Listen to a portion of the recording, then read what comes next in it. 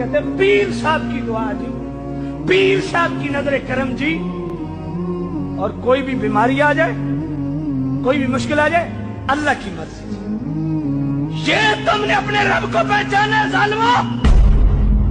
क्यों नहीं अपने पीरों के कलमे पढ़ लेते? ये रब का हक है कि हर बुरी चीज की निस्बत रब की तरफ से कर दी जाए और हर अच्छा मामला पीर के मत्थे में लगा दिया जाए। कहाँ खोया हुआ है?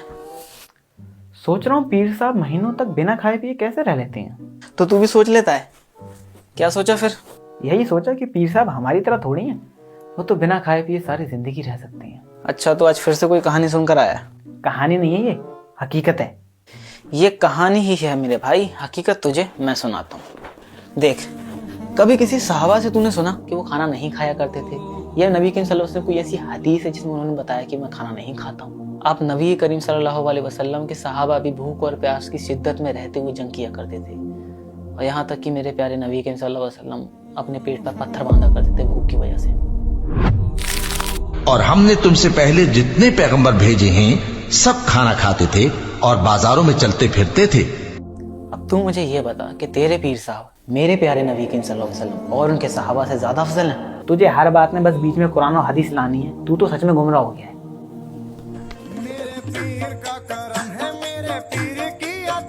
क्या हो गया, बड़ा खुश लग रहा है? बात ही कुछ ऐसी है। तो मेरे जो पीर साहब हैं उन्होंने बोला है कि वो तब तक जन्नत में नहीं जाएंगे जब तक अपने एक एक मुरीद को जन्नत में ना ले जाएं। और उन्होंने मुझसे कहा है कि तू जन्नती है, मैंने अल्लाह ताला से वादा ले लिया है। क्या ये बोल दिया उन्होंने? देख भाई, बुरा मत मान, मगर हमारे प्यारे नबी करीम सल्लल्लाहु अलैहि वसल्लम ने ऐसा कभी कुछ नहीं बोला। वो तो अपने करीबी लोगों को डर सुनाया करते थे। ना माने तो कुरान और हदीस पढ़ के देख ले। मुझे मत बता कुरान में क्या लिखा है, सही है? हमारे पीर साहब से ज्यादा जानता है तू। देख यार, सिर्फ तकब्बुर की वजह से अपनी गर्दन मत घुमा, एक बार कुरान और हदीस पढ़ के तो देख। अरे जा यहाँ से जाहिल। क्या जाहिल? मैं कैसे? हाँ तू जाहिल है। हमारे पीर साहब कहते हैं ना कि जो कुरान और सुन्नत पढ़ता है ना वो गुमराह हो जाता है। तू गुमराह हो गया है। और लोगों में कोई ऐसा भी है जो अल्लाह की शान में बगैर इल्म के और बगैर हिदायत के और बगैर किताब रोशन के झगड़ता है और तकब्बुर से गर्दन मोड़ लेता है ताकि लोगों को अल्लाह के रास्ते से गुमराह कर दे। उसके लिए दुनिया में जिल्लत है और क़यामत के दिन हम उसे अज़ाब आतिश सोज़ा का मजा चखाएंगे। क्या हो गया? क्या बोल रहा था तू उस दिन कि फिरका फिरका मत करूं? हाँ मैं तो हमेशा यही बोलता हूँ कि फिरका वाहिद से दूर रहो, उम्मत बन के चलो। अच्छा, अभी रुक। हुजूर ने तो खुद फरमाया कि मेरी उम्मत 73 फिरकों में बट जाएगी, इसमें से 72 फिरके जहन्नमी होंगे और एक फिरका जन्नती होगा। हाँ, और वो फिरका तेरा फिरका होगा। अब बोल, क्या बोलता है? जब हुजूर बोल के गए तो फिरका तो बनना ही है। बैठ जा, आराम से बैठ के बात कर। मुझे पता है तू अपने पीर साहब के पास से होकर आया। हाँ आया हूँ। तो उन्होंने ये भी कहा कि तुझसे कभी बात भी ना करूं वरना तू मुझे भी गुमराह कर देगा। मुझे पता था। ये आधी अधूरी हदीस बताकर ये पट्टी तुझे तेरे पीर नहीं पढ़ाई होगी। अच्छा, तो हुजूर के कहने के बाद भी तू बोलेगा कि फिरका बनाना गलत है? अब एक गधे, हुजूर सल्लल्लाहु अलैहि वसल्लम ने हुक्म नहीं दिया फिरके बनाने को। वो प्रेडिक्शन है कि आने वाले टाइम में ऐसा होगा, ना कि हुक्म है कि जाओ बनाओ। फिर हदीस में क्यों लिखा है कि 73 फिरके होंगे? ऐसे तो कुरान में भी आया कि हर जान को मौत का मजा चखना है। तो एक काम कर, तू और तेरे पीर साहब दोनों जाके रेलवे ट्रैक पे लेट जाओ, आराम से मौत का मजा चखो। ये भी कुरान का हुक्म है, इसे भी मानो। अरे साफ साफ बोल कि तेरे पास इसका जवाब नहीं है। देख सुन, हुजूर सल्लल्लाहु अलैहि वसल्लम ने फरमाया कि ऐसा होगा, हुक्म नहीं दिया। ऐसे ही हुजूर ने बहुत सारी बातें बताई हैं कि आने वाले टाइम में ये खराबी आएंगी, मगर उनसे तुम्हें बचना है। अच्छा, तो फिर नहीं बनाना, ये हुक्म भी तो कहीं नहीं दिया है। अगर ये हुक्म कहीं दिया है तो मुझे बता, मैं अभी तेरी बात मानूंगा। अब तो फंस गया बेटे, ये हुक्म तो अल्लाह ने दिया है। और सब मिलकर अल्लाह की हिदायत की रस्सी को मजबूत पकड़े रहना और फिरके फिरके न हो जाना। अब तो मानेगा या अभी भी पीर साहब से पूछेगा? 1 मिनट रुको। अच्छा, तो तू ये तो मानेगा ना जो एक फिरका जन्नती होगा वो हम लोग ही हैं। इस हदीस में जिन लोगों को जन्नती बोला गया वो कोई फिरका नहीं होगा, वो मुसलमानों का एक गिरोह होगा। हाँ, ये बात तू ठीक बोला। पीर साहब ने बोला वो हमारा गिरोह है, हम ही है वो जन्नती गिरोह, और बाकी सब जहन्नमी। जैसे तेरा पीर तुझे उल्लू बनाता है ना, ऐसी दूसरी पार्टी वाले अपने आप को जन्नती और तुम्हें जहन्नमी बोलकर अपनी पब्लिक को खुश करते हैं। तो उन जहन्नमी लोगों की बात को हमारे पीर साहब की बात के बराबर में रखा है। वो कयामत तक भी जन्नत जन्नत चीखते रहेंगे ना, तब भी उन्हें जन्नत की खुशबू तक नसीब नहीं होगी। और तेरे पीर साहब के नाम पे तो जन्नत में 4-5 प्लॉट बुक हैं, जिसमें से एक तुझे भी मिल जाएगा। सीरियस हो ले, सीरियस। कुछ सीरियस बात चल रही है यहाँ पे। सीरियस बात तू सुन नहीं पाएगा, जो बोलना है बोल। आज तेरा खेल खत्म करने के इरादे से आया हूँ। बात ये, तेरी नजर में वो जहन्नमी, उनकी नजर में तू जहन्नमी, اور تم سب اپنی اپنی نظر میں جنتی ہو. وہ جہنمی ہے, ہم جنتی ہیں, سمجھا؟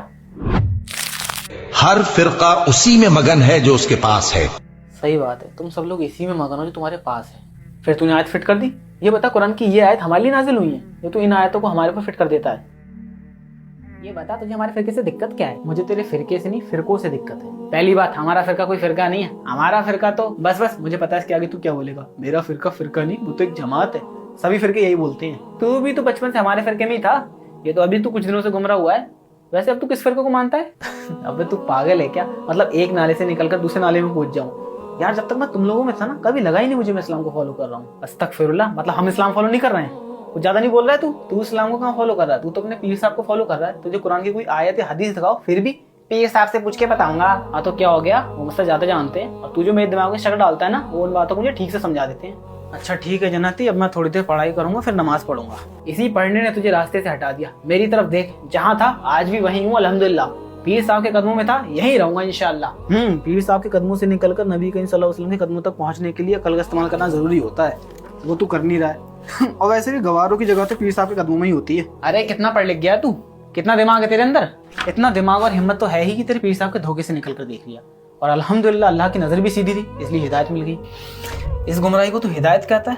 ہنسی آتی تجھ پر. اب سمجھ میں آتا ہے مجھے کہ پیر صاحب کیوں کہتے ہیں کہ تیرا ایمان اٹھ چکا ہے. ہاں یہ انہوں نے ٹھیک بولا کہ میرا ایمان اٹھ چکا ہے, تیرے پیر صاحب سے, تیرے حضرت جی سے. اور الحمدللہ اب میرا ایمان ہے ایک اللہ پر, نبی کریم صلی اللہ علیہ وسلم کے آخری نبی ہونے پر, قیامت پر, آخرت پر. اور ہاں بس کر, ہم بھی اللہ اور آخرت پر ایمان رکھتے ہیں. تم لوگ صرف اپنے پیر صاحب پہ ایمان رکھتے ہو. اور بعض لوگ ایسے ہیں جو کہتے ہیں کہ ہم اللہ پر اور روز آخر پر ایمان رکھتے ہیں, حالانکہ وہ ایمان نہیں رکھتے. یہ اپنے خیال میں اللہ کو اور مومنوں کو دھوکہ دیتے ہیں, مگر حقیقت میں اپنے سوا کسی کو دھوکہ نہیں دیتے اور اس سے بے خبر ہیں.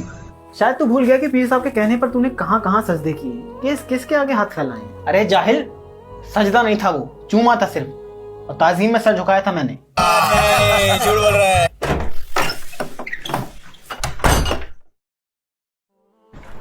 ہاں بھائی گمراہ انسان, یہ لے مٹائی کا. ارے واہ, کس چیز کی خوشی میں بھائی؟ بس پیر صاحب کے رحم و کرم سے بیٹا ہوا ہے. او بھائی رحم و کرم صرف اللہ کا ہوتا ہے, کسی پیر صاحب کا نہیں ہوتا ہے. ارے ہاں مگر اللہ ڈائریکٹ تھوڑی سنتا ہے, ذریعہ لگتا ہے نا. کیا بکواس کر رہا ہے, تو سے یہ کس نے کہا؟ سب کہتے ہیں. سب کی مت سنا کر لوگ تو کچھ بھی کہتے ہیں. اللہ نے کیا کہا, اللہ کے رسول صلی اللہ علیہ وسلم نے کیا فرمایا, ان کی سنا کر. ارے یار تو پھر چالو ہو گیا. یہ میری آزمائی ہوئی بات ہے, اس لیے بول رہا ہوں. استغفراللہ, کیا بول کیا رہا ہے تو؟ ارے تو یہ بتا, تو اللہ تک ڈائریکٹ پہنچ جائے گا؟ ذریعہ لگتا ہے. جیسے چھت کو جانے کے لیے جینا لگتا ہے نا, ایسے اللہ تک پہنچنے کے لیے بڑے بڑے پیر اور ولی, ان لوگوں کا ذریعہ لگتا ہے. سب سے پہلی بات, اللہ سبحانہ تعالیٰ کو یہ دنیاوی چیزوں سے کمپیئر مت کیا کر. اور دوسری بات یہ کہ چھت مجھ سے دور ہے, اس وجہ سے چھت پہ جانے کے لیے مجھے جینا لگے گا. اللہ سبحانہ تعالیٰ تو خود کہہ رہا ہے میں تمہارے پاس ہوں, میں تمہارے بہت قریب ہوں. اگر تو چھت پہ ہی کھڑا ہوگا تب بھی تو جینا لگے گا کیا؟ اور اے پیغمبر, جب تم سے میرے بندے میرے بارے میں دریافت کریں تو انہیں معلوم ہو کہ میں تو تمہارے پاس ہی ہوں. جب کوئی پکارنے والا مجھے پکارتا ہے تو میں اس کی دعا قبول کرتا ہوں. تو مطلب اللہ اور ہمارے درمیان کوئی دوری نہیں ہے. دوری ہے تو وہ تمہاری سوچ میں ہے. مجھے تو اس پہ یقین نہیں ہے. پیر صاحب سے پوچھ کے بتاؤں گا, ایز یوزول. پیر صاحب سے پوچھ کے بتاؤں گا.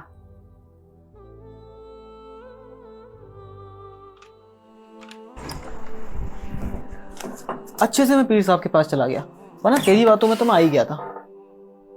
اور تو بہت قرآن کرتا ہے نا, اس وجہ سے تیرا منہ بند کرنے کے لیے پیر صاحب نے اس بار قرآن سے ہی حوالہ دیا ہے. ہاں مجھے پتا ہے, تو نماز اور سور والی آیت لے کر آیا ہوگا. تجھے کیسے پتا؟ ایک سمپل ہے یار, تو اور تیرے پیر صاحب, تم لوگوں نے قرآن ترجمے کے ساتھ تو پڑھنا نہیں ہے, اور تیرے پیر صاحب نے گنی چنی 2 ہی 3 آیت یاد کر رکھی ہیں لوگوں کو سیدھی پٹی پڑھانے کے لیے. تو میرے لیے گیس کرنا زیادہ مشکل نہیں ہے. اور سچ بتاؤں تو مجھے یہ بھی پتا ہے کہ تو اس کے بعد کیا بولے گا. کیا؟ یہی کہ نماز اللہ ہے, صبر اللہ ہے. ہاں مگر تو ٹینشن نہ لے, تو سنا. ہاں تو سننا, سورہ بقرہ آیت نمبر 153. اللہ فرماتا ہے اے ایمان والو صبر اور نماز سے مدد لیا کرو. تو اب تو مجھے یہ بتا, صبر اللہ ہے کیا, نماز اللہ ہے؟ اب میں اس کی بینڈ بجاؤں گا, دیکھنا. اگر میں صبر سے مدد لے سکتا ہوں, اگر میں نماز سے مدد لے سکتا ہوں, تو اے جاہل گمراہ شخص, تو مجھے یہ بتا میں اپنے پیر ولیوں سے مدد کیوں نہیں لے سکتا؟ سبحان اللہ سبحان. ہاں ٹھیک ہے, بہت بڑھیا. اب اس کے آگے پڑھ. اس کے آگے تو کچھ نہیں ہے, بس اتنا یہ پیر صاحب نے لکھ کے, یہی تو 2 نمبر ہی تمہارے پیر صاحب. اس کے آگے پتہ کیا لکھا ہے؟ بے شک اللہ تعالیٰ صبر والوں کے ساتھ ہے.